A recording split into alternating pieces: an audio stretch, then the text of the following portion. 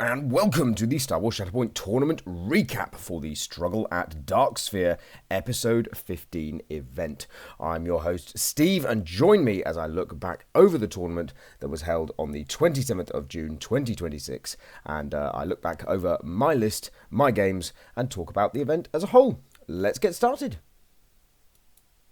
And as always, we begin by looking at the breakdown of the primary unit. So this was a small event, only 7 players. And as we can see, the most popular primary unit was Anakin, brought by 3 of the 7. And then as we make our way down, we've got a couple of 2s. We've got a Kiadi and a Sarge on 2. And then all the other primary units only taken once. So really nice little mix of primary units, good spread of things. So hopefully not too many mirror matches or units being duplicated, which is great. So let's take a look at my list now. So here is my list for the event. So I'm running a 2x2 here. So I've got Anakin, then Padawan, Ahsoka, and the 501st, and then Ki-Adi-Mundi, Shakti, and the Arfs. And then in the second of the 2x2s, I've got Cassian, K2SO, and the Pathfinders, and then Leia, Luke, and Han and Chewie in it for the money. And I was running Sabotage Showdown. So my thinking with this was that I'd enjoyed my Vader Ki-Adi list, but I was interested in trying the Anakin and Ki-Adi list. And this is, I think, exactly the list that Tolstar ran into me up at the Sheffield GT earlier in the season. So none of the units in this first list had any tweaks in the balance update, so I knew what they were capable of, knew what they were able to do, and so I thought, yeah, that could be a fun list to try. But the other list that I wanted to revisit was a Cassian Leia list to discover how Cassian and Leia were performing in the new meta with our balance update tweaks to Cassian in particular. So I decided that what I would do is I would go right back to basics and I would just run the boxes as they are. So I've gone back and put the Pathfinders in rather than the Commandos to get the spy tag synergy for Cassian there, and then again, going with Han and Chewie. I do love Han and Chewie, and rather than something like Baze and Chirrut. Just to get the feel of how the 2 boxes are playing and performing on the tabletop. And in my practice games, I've had great fun with them as well. So really looking forward to the event. And let's look at round 1. And round 1, I was paired into Louis. Now, before we dive into looking at Louis' list, we should begin by saying that, unfortunately, there was an error which, whilst on the morning, we were joking about it, and I did say to Louis, goodness me, if you're going to change the timing of your event, so rather than starting 11 for 11:30, going 10:30 to 11, with first game starting at 11, it would be good to put that as an advertisement in big font, as I completely missed the start time. But in the end, it didn't actually matter because over half the field were in my car. So yes, I was taking Jay and then both of the Ollies that are at the event. We will see some of their lists later, talk about them later. They were all in my car, so there were 4 of the 7 of us in the one car.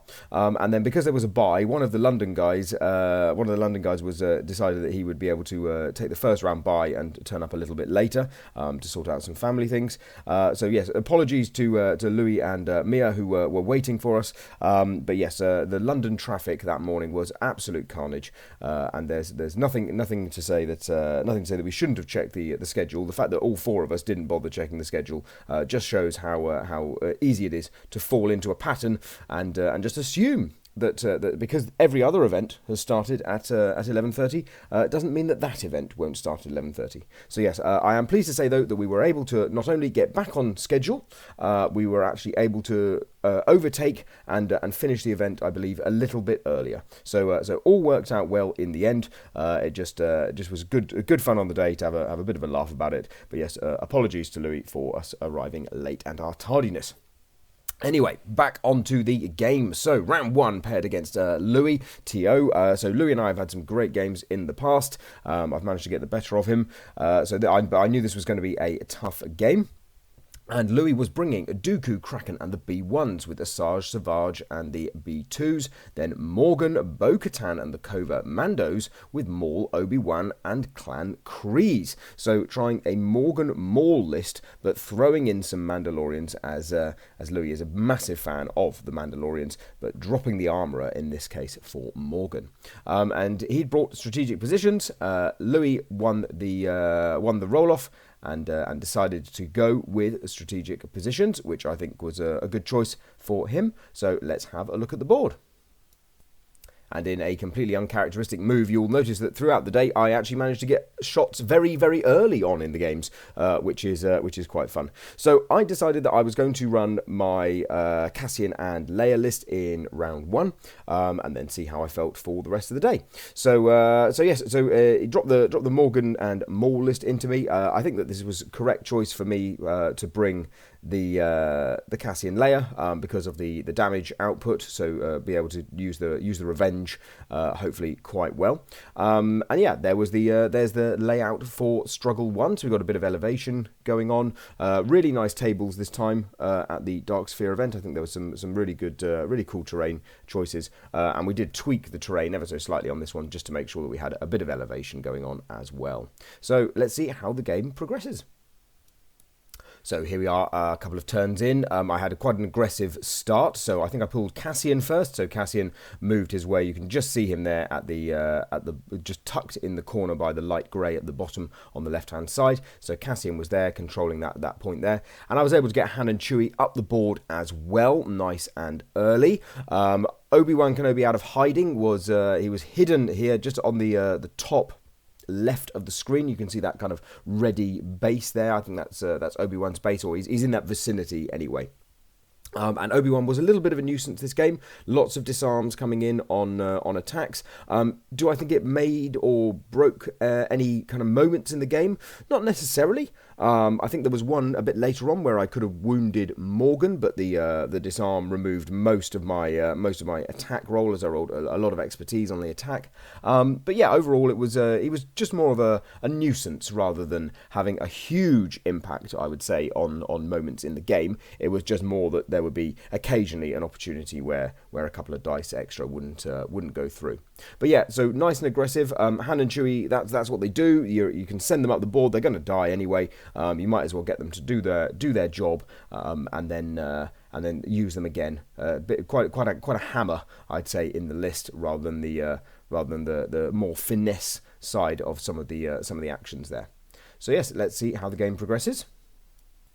So here's a very blurry photograph. I've got no idea how anything isn't in focus in this image, but we can see that K2 Han's been pushed away. Chewie's shoved away a little bit as well, and K2 is up on that point where Han was.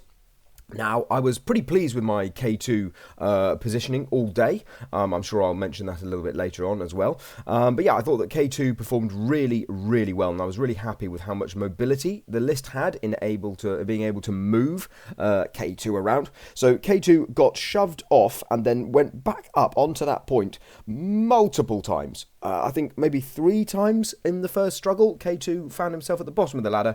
There was an ingress on the other side there, and then was able to get back up again. Multiple times in the struggle. So yeah, so that was quite interesting there. Again, whilst I was being aggressive, Louis was also being aggressive as well. So so quite a lot of damage going out. I was able to get a few revenge triggers off. And I did have a nice play where I was able to retake where I lost a point and as Louis wounded me, but then I was able to steal one of his with a bit of clever play there with the various revenge triggers that still work very well if you've been wounded by an attack with Cassian. Obviously, K2's one triggers as long as it's not on himself as well, and then Leia is all the time. So really, lots of revenge triggers that I was able to kind of fire off there. I do think that the Force in the list, though, was a little bit problematic at times. Obviously, didn't bring Baze and Chirrut, and with their tweak, they are no longer just bringing Force for Cassian.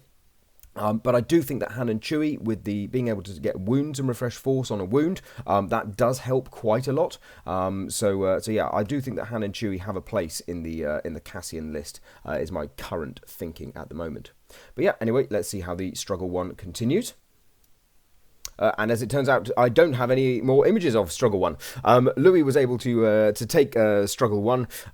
There was a turn where I think Louis scored 4. I want to say Louis scored 4. No, I remember. I scored 2 because I couldn't score a third point, and that gave Louis a slight advantage, which then meant that he was able to just kind of sneak ahead and then clinch the first struggle. Then, as we went into Struggle 2, I was able to choose the layout, and I chose the layout that was going to be useful for the units that I had coming up in my order deck. And as we can see here, we've got Maul, who had come all the way down to pinch the back point. Maul having a great game, but my Pathfinders were able to score there. Now, this second struggle, it didn't go particularly. I wouldn't say it was particularly fast, but there were opportunities where I was able to kind of take control and score a few more points than Louis was. There was a turn as well where Louis miscalculated. Unfortunately, he thought he was going to be able to score more than he did. He'd miscalculated where the priority was, and then it was a case of me actually being able to take the second struggle. So let's have a look as we move through the second struggle. And here was a key moment in me being able to take control of this second struggle. As you can see, I've managed to get a Pathfinder over there, utilise the ingress point as well. So yeah, I was able to get with a shove on an attack and all sorts of things. I was able to get myself across the board and yeah, be able to control that objective there at the back. A little bit of remeasuring. I wasn't sure whether I was in or not, and then it turned out we'd nudged the objective during the game state, as often happens. So on the remeasure, I was comfortably in there. So yeah, so nice little play there from the Pathfinders to take control of that objective and ultimately take the second struggle.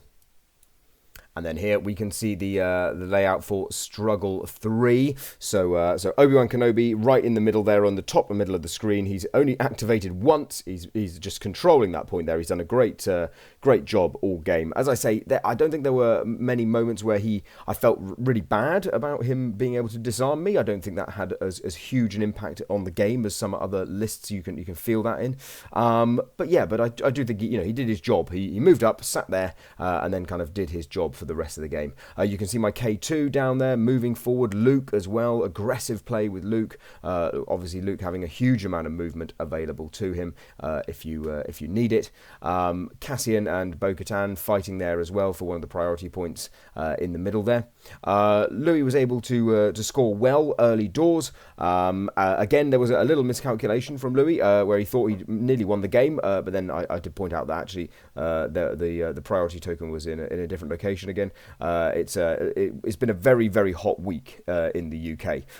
So for those of you who aren't aware or aren't in Europe, at the moment we've been experiencing a heat wave through Europe and the UK, and particularly London and then the kind of Oxfordshire area where pretty much everyone who was at the event was based. Those have been some of the hottest areas in the UK, and so not many people we've not been really sleeping very well at the moment. So yeah, definitely even an 11 a.m. start was still a bit early, to be honest with you, for us who haven't had many hours sleep. So yeah, lots of little things being forgotten and needing to be reminded of as we went through the game. So that was all cool. But yeah, Louis was really taking control. I thought I had a chance though with a pull of a good card. I pulled Leia, and this was the only time I reserved in this game. So I'm only running 5 Force in this list, so you've got to be really careful with how you spend your Force. And when I drew Leia, I didn't think that Leia was going to get the job done. So what I was really fishing for was Han and Chewie or the Shatterpoint card at that point. I got K2. K2 was able to do a bit of a job, but then as we see in the next turn, Louis was actually able to take the struggle. And here is Louis winning the game. What happened was he got Maul. Maul was able to go all the way over the board and just pull Chewie off the priority point that I was controlling. So he just pulled Chewie away, and takes the win there.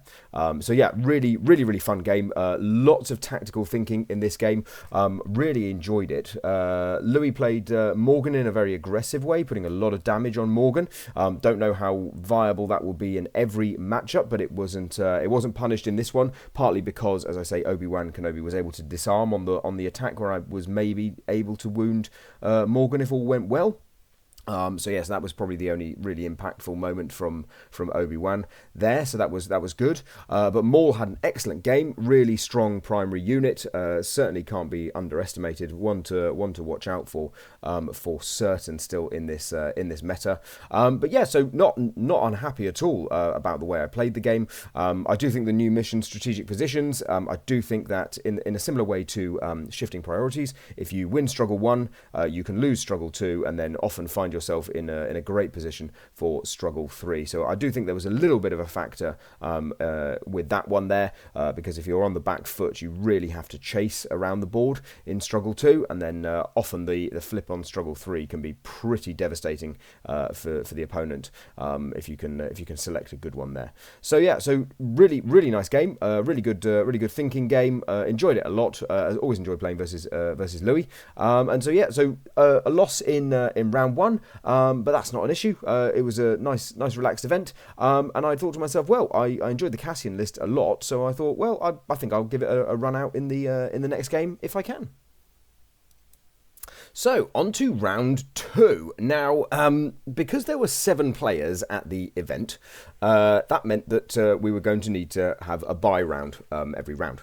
Now, at the start of the day, Louis had said, maybe we can make it so that if someone wants to leave early, then they can take round 4. Louis was happy to take round 3 off, and we already knew that Harry had taken round 1, which just left someone to take the round 2 bye. Now, Louis, when we were discussing this at the start of the day, I said to Louis, well, 4 of us have travelled in the same car, so there's no point in any of us really taking the round 4 bye, because we're all going at the same time. Like, none of us can leave earlier because we're all in the same vehicle. And then, as we were chatting about, who might take the second round bye, I realised that there was the Barbarians versus Wales rugby match that would be happening at a similar time to round 2's start time. And so I said to Louis, you know what? I'm absolutely chill with taking the hit and taking the bye. So not playing a game. I can rest. I had a long drive. I actually drove. I did about 9 hours of driving the day before for work. I was doing a different job on the Friday, so I had to drive about 9 hours. So I did that. And then I've driven to London that morning, and I said, you know what, I would actually welcome a little rest. I'll just sit and watch the rugby on my phone. And then I can take the bye for that round there. Louis takes the bye in round 3, and then Mia was the only person who the bye would have impacted in round 4, as she would have been able to leave earlier. So that worked out well. So rather than playing a game in round 2, I decided to take the bye and watch the Barbarians versus Wales, which was a fantastically chaotic game of rugby. I'm not going to do a breakdown of the game. I thought about it, but I decided I wouldn't. If you are interested in watching it, I'm sure you can find it somewhere online. It was good fun, and a great send off for George North, the Welsh rugby player, who was able to score in his last ever appearance playing for the Barbarians, which was absolutely wonderful stuff. So yes, so that was round 2. So I technically got a win there. So I'm 1-1, and we move into round 3. So, going into round 3, I'm playing versus Ollie. So, good friend of mine, playing together all the time. You see, we run into each other at lots of events because we go to the same tournaments. So, yeah, I got to play against Ollie in a tournament setting. And Ollie was running an experimental list that he's been working on, which was General Solo, K2SO, and Lando and R2. And then Jin, Boosh, and the Rebel Commandos. So, a really fun list here. So, you got a bit of revenge. You got Jin able to maximise Boosh with the diceless displacement and all her fun stuff there. Obviously, the Commandos are super strong. K2SO is super strong. Then Lando and R2 are just a brilliant three-point supporting unit for Rebels. in general. So yeah, so that's cool as well. And then he was running the same list that I'd faced last time we played. So Mando, Bo-Katan, and Clan Kryze with Armourer, Paz Vizsla, and the Covert Mandos. So yeah, Ollie really loving his Mandalorians at the moment. And yeah, absolutely agree with it. The Mando list is super fun to play. And strategic positions was the mission. So obviously I'd had a bye in round 2, and I kind of thought to myself, well, I've got a choice here. I could play the Anakin Kiadi list into Ollie, or I could just say that I've played the Anakin Kiadi in the bye round, and I could just play 3 games of Cassian Leia, because I really, really enjoyed my game with Louis. And that's ultimately what I ended up doing. So I didn't actually technically play the Anakin Kiadi list. I didn't put the models on the board. I brought them all the way to London just to not use them. But through the bye, I was able to fulfill my destiny for the event, because I played them, in inverted commas, in the bye round. So yeah, I dropped my Cassian Leia list into the General Solo and Jin list that Ollie had brought.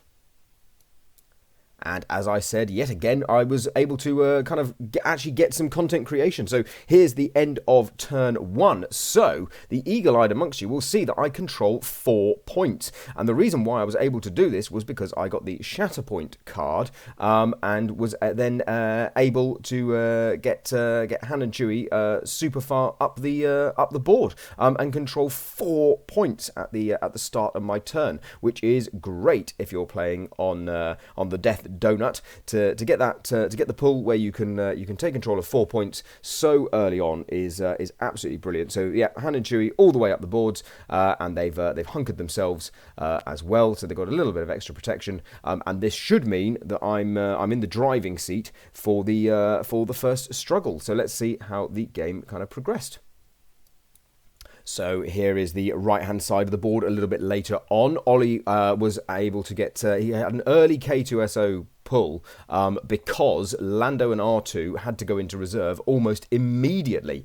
So this is the downside with Lando and R2, because they need to have impactful turns as being supporting unit. They need to have an impactful turn, 2 bodies, but also they do get the benefit, if they are in the deck or in reserve, of not being able to be targeted by ranged attacks. So you don't really want them super early. And so Ollie was had to kind of use K2 to get himself further up, scored 3. I then was able to get the Pathfinders up there at some point to score back. So yeah, so on that side of the board, I was in control there. We were scoring 3 and 3, but I was able to get the 4 points again, as you'll see in a moment. Because here on the other side of the board, that other point there that I took control with Han Solo, the Commandos were able to get in there, but then Leia was causing the damage. I mean, the revenge in my list here was absolutely brutal. Like, Ollie is very, very familiar with this list. Played a lot of Cassian, lots of Leia, lots of Jin, etc. He knows the list. He knows the K2. He knows my list very, very well. Having played a lot of those units for a huge number of games. And yeah, everything just seemed to be popping off in the first struggle. All the revenge playing out well, and then obviously his Han Solo revenge that is possible to shut down quite easily, because Han Solo has to target the same character. So I had a moment a bit later on where Leia actually stayed out of range of Han Solo, shot. Han Solo couldn't attack because he was engaged with someone else, and then Leia took her move action to get close to Han after the whole interaction is over, after the combat action. So yeah, so lots of little finesse plays from me there. But yeah, it felt struggle 1 certainly felt like everything was going in my direction, and I was able to take the win. Then in struggle 2, having taken the first struggle, so this objective here at the back, my back left, Jin is stood right on top of the objective there.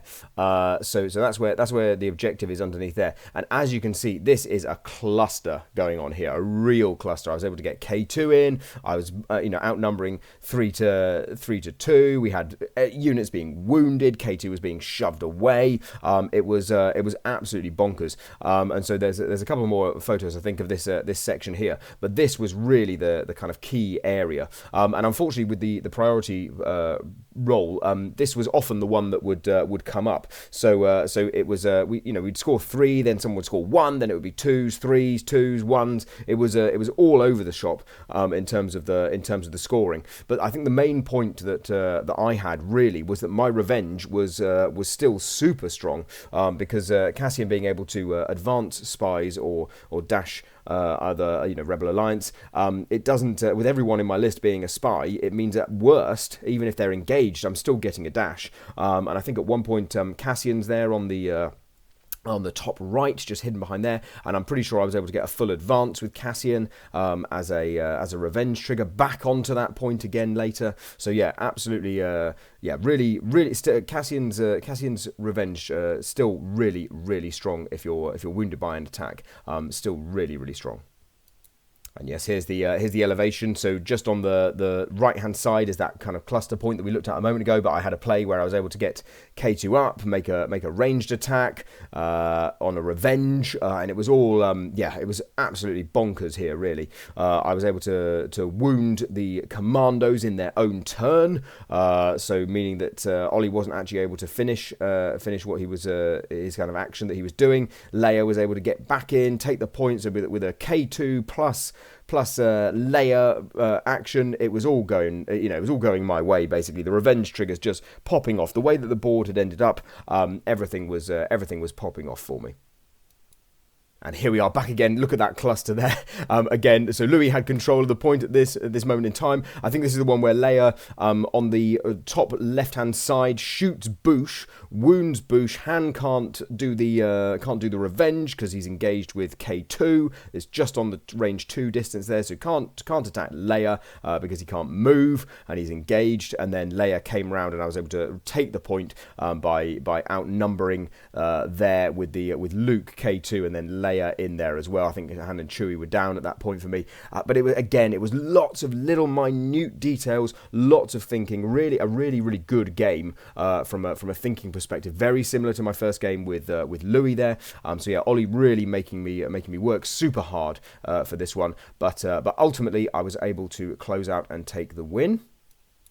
And there's the final position for this cluster here. So there's my Leia, my K2, my Chewie, and my Cassian there. As you see, he was able to get round with the revenge there.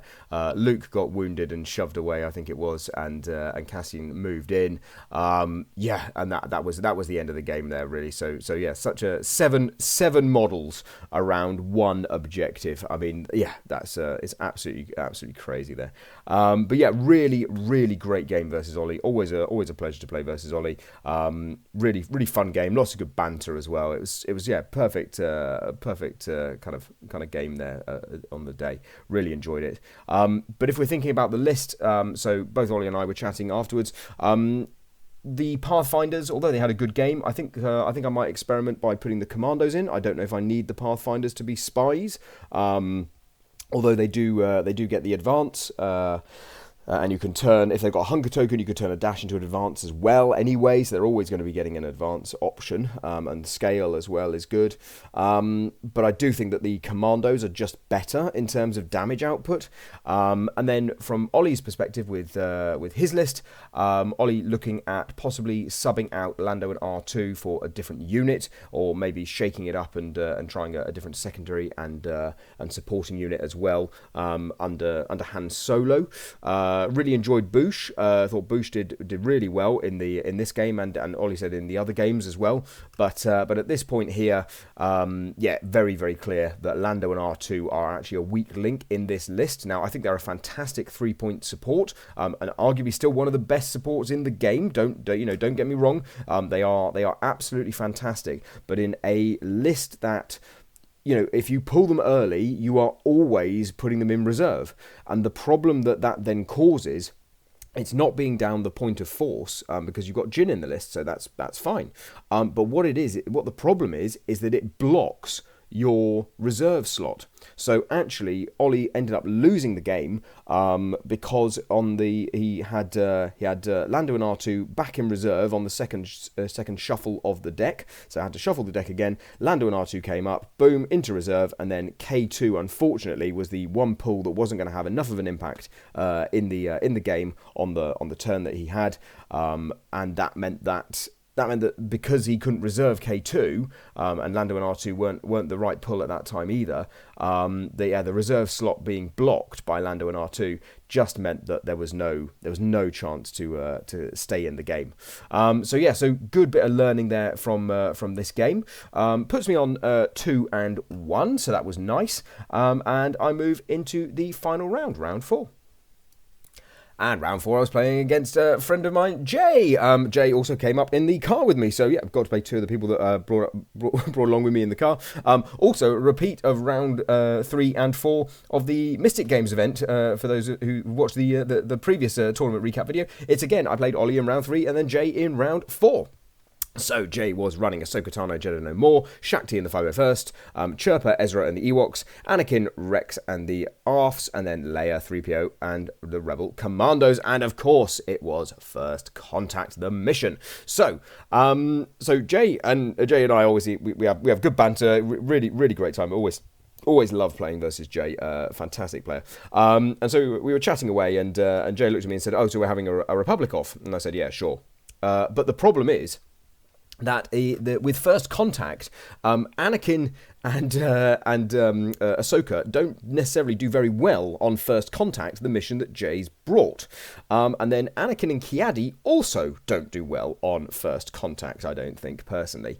So if we did have a Galactic off, then... And whoever won the roll off, if we chose First Contact rather than Sabotage Showdown, we'd both be at a disadvantage. However, if I chose my Anakin list and then Jay ended up choosing the Chirpa and Leia list, and then won the roll off, First Contact gives huge advantage to Jay. And then on the counter flip, if I have my Cassian Leia list, and Jay runs the Anakin and Ahsoka list, and then I win the roll-off, I might still choose to take First Contact because I enjoy First Contact, and I did say to Jay, you and me, round 4, at the start of the day, I said, you and me, round 4, First Contact. I said that. I called it. I called what would happen.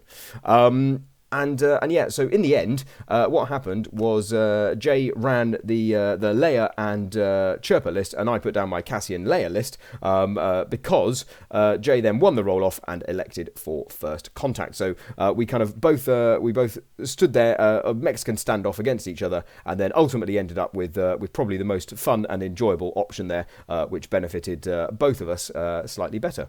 And also, to be fair, if I'd won the roll-off, I also would have chosen First Contact, as I do love that mission. Right, so let's have a look at how it went. And yet again, I told you all I'm getting better as a content creator. I've managed to get another shot just at the start of the game. So Jay won, obviously, and has sent Commando up using Leia. Went with Leia, turn 1, took control of the midpoint, and I was then able to respond. And then, yeah, we got the playing card 5 layout, immediately Shatterpoint, so we all got to move people around. So I dashed K2. Actually, as Jay pointed out, I probably should have full advanced the Pathfinders. That was a little faux pas on my part. Could have been a lot better, but I did like getting K2 moving up the board. I've been really happy with my K2 positioning against Louis earlier on in the day. I was also super happy with my K2 positioning versus Ollie. Thought K2 had a real impact in the game, and as we see a bit later on, K2 also was able to have quite a big impact in this one as well. Now, you, the eagle-eyed amongst you, will notice that whilst there is a lot of elevation going on the board, no objectives are on any elevation with the way that the board was laid out. So actually, as the game progresses, don't be surprised to see gantries vanishing, as I think there was only one moment in the game, which was me, where I used an ingress point. Jay said, do you want to put the gantry back? I said, no, because I'm going in the opposite direction. I just wanted to get further forward by using the ingress on the high ground terrain there on the right-hand side. So bizarrely, the board layout completely all on the ground level for First Contact. So yeah, the terrain just more of a hindrance. So yes, as we go through the game, don't worry if you see photos with no gantries. It's simply because we decided to just take them out of the way by the end. I think we lost every gantry by the end of the game just because they were in the way. So yes, don't worry about that. So let's see how we progress. So as often could be the way when you get the playing card, the midpoint, again, a big cluster here. We got Ewoks everywhere. Han and Chewie doing some work. I took the point, then Ezra took the point, then I killed Ezra. You know, it was all go really. So yeah, lots of contesting over that midpoint there. Yeah, lots of wounds flying. Chirpa running around. Leia and Cassian triggers going off. Leia got wounded immediately though in the game, so I had an aggressive turn with Leia, got Leia up the board, who then promptly got wounded, which was not great for me. Leia rolling, she got exposed and then rolled 4 misses and 1 expertise on her defense. So yeah, bit of a disaster. And for those of you who watched the last game that I played versus Jay, I did look at Jay and go, uh-oh, here we go again, basically. But no, this game was actually a lot more balanced. And really exciting. Loads of thinking yet again. So yeah, early doors, kind of a little bit on the back foot, but started to kind of claw my way back in. And not only did I claw my way back in, but I was actually able to have a crazy dynamic turn with Luke, where he repoed himself off his tactic, and then advanced, and then climbed, and or hunkered, I can't remember which one it was, and stole Jay's back point, giving me a 4-point swing, which then basically gave me the struggle at that point in time. So yeah, so Jay very much on the back foot there, and yeah, so I was able to take the first struggle. But then we move into the really fun bit of first contact, which is the flipping of the objectives. Now, again, if you watched my previous video, I did say I've got to come up with a way of documenting first contact a bit better in these battle reports, these kind of the tournament recaps, because it's there's so much changing happening and going on, and I don't think I still got it particularly well this time. But hopefully, as we look at the second struggle, hopefully everyone's kind of able to keep up a bit more. So let's move on with the game. So here we can see the start of Struggle 2, and as Jay pointed out, almost her entire squads are in the middle of the board at this point in time. So first contact, often you find yourself out on the wings, and Jay did make a point that if one of the arrows, where the sides are viable, came up at any point during Struggle 2, that she'd be in quite a lot of trouble, because as you can see, almost her entire force is in the middle of the board there. So lots of dynamic movement going on both our sides. Jay very conscious about not wanting to wound too early. I think in this game here, rather than in the previous last time we played, I wasn't able to do any damage really. I was whiffing what felt like every roll. Right, it wasn't quite every roll, but I was whiffing a lot of rolls. But here it felt a lot more balanced. So sometimes Jay would roll well, but I'd block well, and then sometimes we both roll badly. So it kind of balanced itself out for both of us across the game, which felt nice there. But Jay was being very conscious about not wanting to wound me too much or at certain points in the game. Also, the Pathfinders having immunity to pin was absolutely brilliant as the hunters.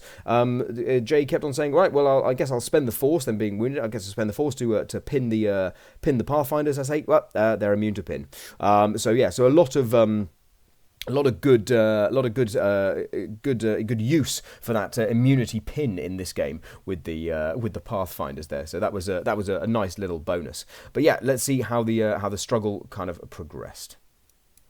So here we are a bit later on. We didn't flip the struggle too much. As you can see, this is a little bit later on. We didn't flip the struggle too much. When we did, though, it was impactful. And yeah, as the game kind of progressed, Jay was just able to squeak ahead, and was able to clinch the second struggle. There was a time though in it where I think that both of us we didn't say it out loud, but I think both of us thought that I might be able to take this game in 2 struggles. But Jay fought really hard, and was absolutely able to take the second struggle and push it to a third one. And as the game was kind of dragging on, a lot of my units now were wounded or were going to leave the table because of because of just the damage that Jay was doing. And once I have got more units wounded, the revenge triggers, obviously, they lose their impact if you're not able to move units around. And there were a couple of pins knocking about. As well, so definitely a tough one for me going into struggle 3. So let's see how we get on. So in struggle 3, I actually was able to use the second part of Goodbye on K2SO. So again, as I say, as the game was progressing, I realised that I was starting to lose a fair chunk of units. They were going to be leaving the board. But I realised that I had an opportunity with K2SO being wounded. I realised I had an opportunity to use Goodbye. And actually potentially win me the game, because I would be able to move the struggle token away from Jay's part of the board, and although I'd be losing a couple of momentum, that would actually pull me. Pull the momentum so far onto my side that I didn't think Jay would be able to recover from it if I could hold on. And also, I thought that Mission Critical might be coming up soon. The game we were playing quite quickly, but as we entered Struggle 3, we probably started Struggle 3 about 10 minutes away from Mission Critical being called, which is great for First Contact, as everyone says it is a slow mission. But I thought to myself, right, Mission Critical must be coming up at some point soon, so I will be gaining momentum, and if I can just pull that struggle token closer, it's probably worth the loss of K2. With the layout of the board as it was probably worth the loss of K2 at that stage in the game. So that's what I did. So there's K2 off the board, and then let's look at the next image.